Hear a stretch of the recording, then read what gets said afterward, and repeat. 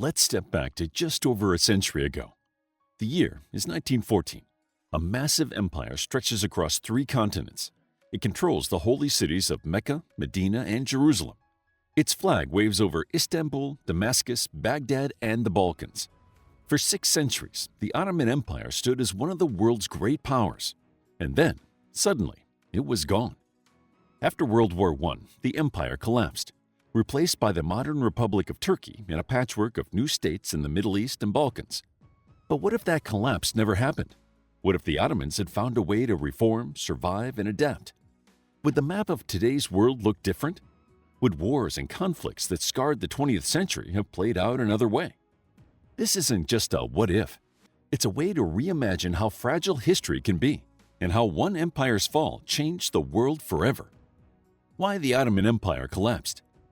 To understand the what if, we need to grasp the why. The Ottoman Empire was powerful for centuries. At its height in the 16th and 17th centuries, it stretched from Hungary to Yemen, ruling over more than 20 million people. Its armies reached the gates of Vienna. Its navy patrolled the Mediterranean. Istanbul became one of the world's richest cities. But by the 19th century, cracks widened. Economically, the empire fell behind Europe's industrial powers. While Britain and Germany built railways and factories, the Ottomans relied heavily on agriculture and faced crushing debt. By 1914, the empire owed European creditors more than £106 million. Nationalism also tore at its fabric. Greeks gained independence in the 1820s, Serbs in the 1830s, Bulgarians in the 1870s. Each rebellion weakened Ottoman control and inspired others. The empire was known in Europe as the sick man. The final blow came with World War I. The Ottomans joined the Central Powers alongside Germany. At Gallipoli in 1915, they surprised the Allies by repelling British and Anzac forces, a rare victory. But elsewhere they struggled. In the Arab Revolt of 1916, fueled by British promises, Arab leaders rose against Ottoman rule. By 1918, the empire was exhausted. The Treaty of Sèvres in 1920 carved it apart. Anatolia was occupied by Allied powers. Arab lands were split into British and French mandates: Iraq, Palestine, Syria, and Lebanon.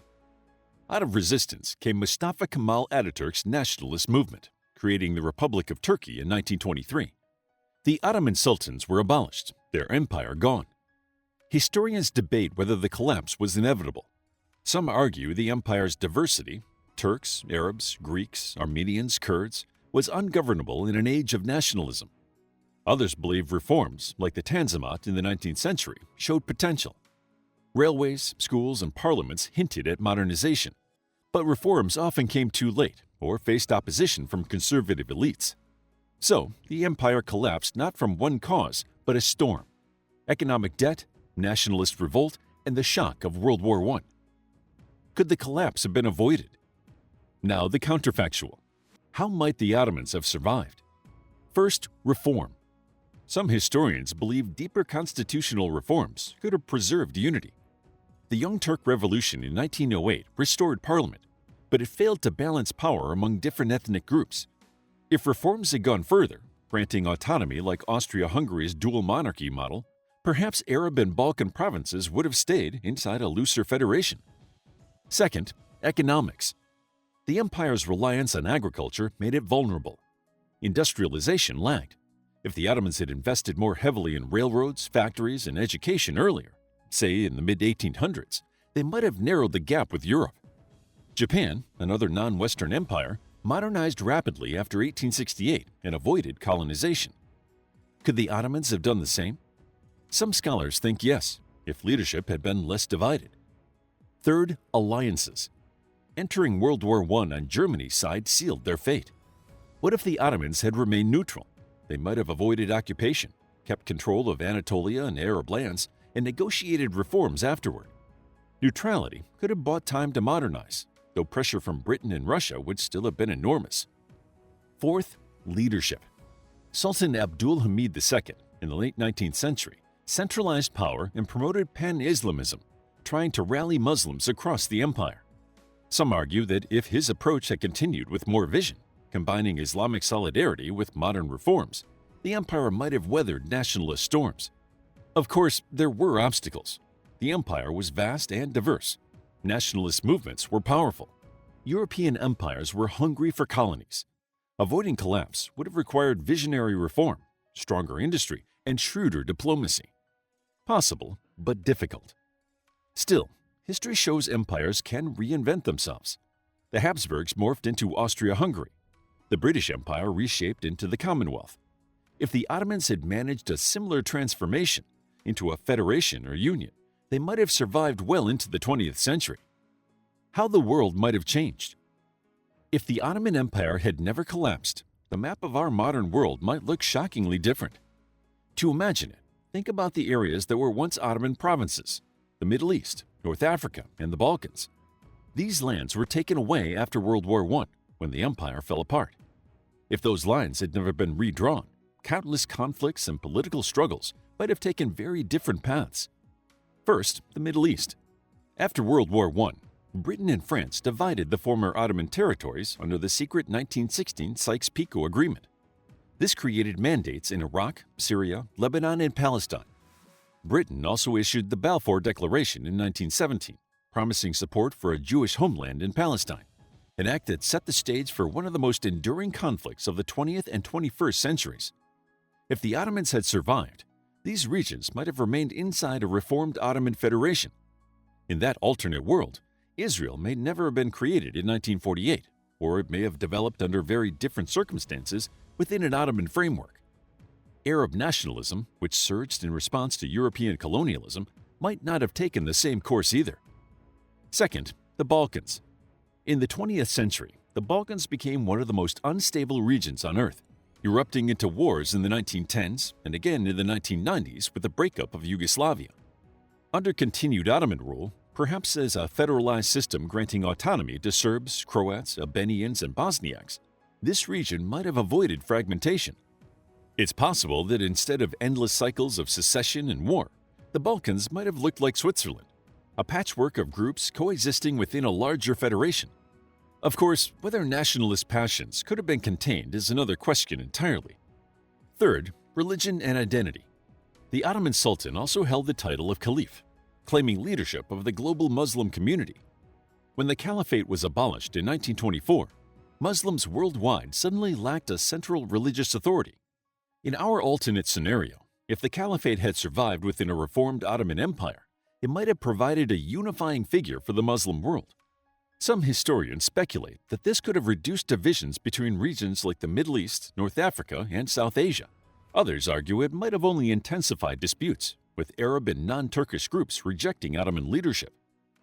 Economically, the consequences could have been immense. Consider oil. By the 1920s, newly drawn states like Iraq came under British control, and oil concessions flowed westward. If the Ottomans had controlled the Mesopotamian oil fields, the empire could have become a major energy power. Imagine an Ottoman state entering OPEC in the 20th century, wielding energy influence alongside Saudi Arabia and Iran. That wealth might have fueled rapid modernization, perhaps making the empire a rival to rising powers like Japan. Globally, geopolitics would also have shifted. Without British and French mandates, European colonial influence in the Middle East might have been weaker. The Cold War could have looked different too. A strong Ottoman state might have joined NATO as a bulwark against the Soviet Union, or alternatively, leaned toward neutrality, acting as a bridge between East and West. But let's be clear, survival wouldn't guarantee harmony. Some argue that even a surviving Ottoman Empire would have faced growing pressures from nationalists, communists, and colonial rivals. Perhaps collapse would have only come later, in the 1950s or 1960s, when global decolonization swept Africa and Asia. Still, delaying collapse would have altered the timing and nature of wars and conflicts. The biggest what-if lies in the Middle East.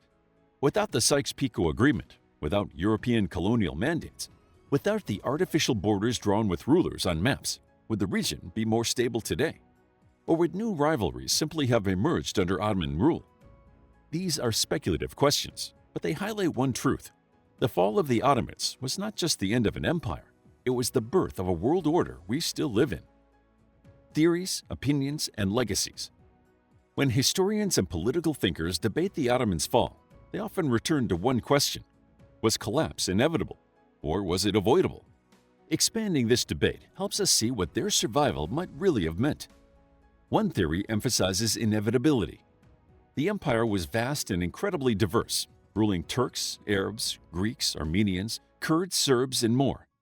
By the late 19th century, nationalist ideas were sweeping Europe.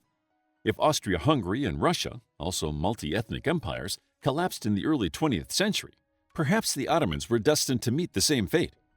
In this view, diversity wasn't strength, but an unsolvable weakness in an age when nationalism demanded independent states.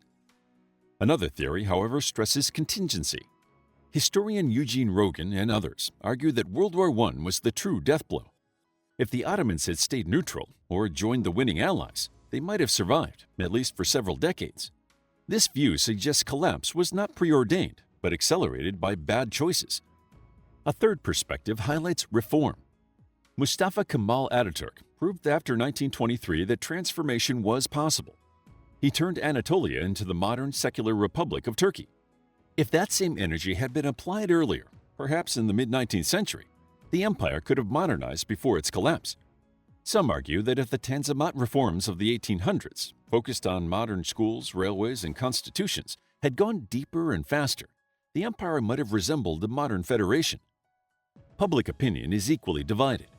In Turkey, Neo-Ottomanism reflects nostalgia for the empire. Some Turks see it as a source of pride, a time when Istanbul was a global capital. Others see it as a dangerous romanticism. In the Arab world, memories are mixed. Some recall Ottoman rule as suffocating. Others compare it favorably to later European colonialism. In the Balkans, the Ottomans are remembered with ambivalence. Centuries of domination, but also shared cultural legacies like cuisine, music, and architecture. In today's geopolitics, Ottoman legacies still ripple. Turkey's foreign policy sometimes invokes its Ottoman past, whether through influence in the Balkans or leadership in Muslim communities. Some analysts argue that modern Turkey's regional ambitions echo Ottoman strategies, though without the empire's reach. The debate also touches on identity. The abolition of the Caliphate in 1924 left a vacuum in Muslim leadership. If the Ottomans had survived, that institution might have endured. Would that have provided unity or fueled new rivalries? There's no consensus, but it shows how the empire's survival could have reshaped not just politics, but faith and culture. What's inspiring is the resilience of the Ottomans. Few empires lasted as long, over 600 years.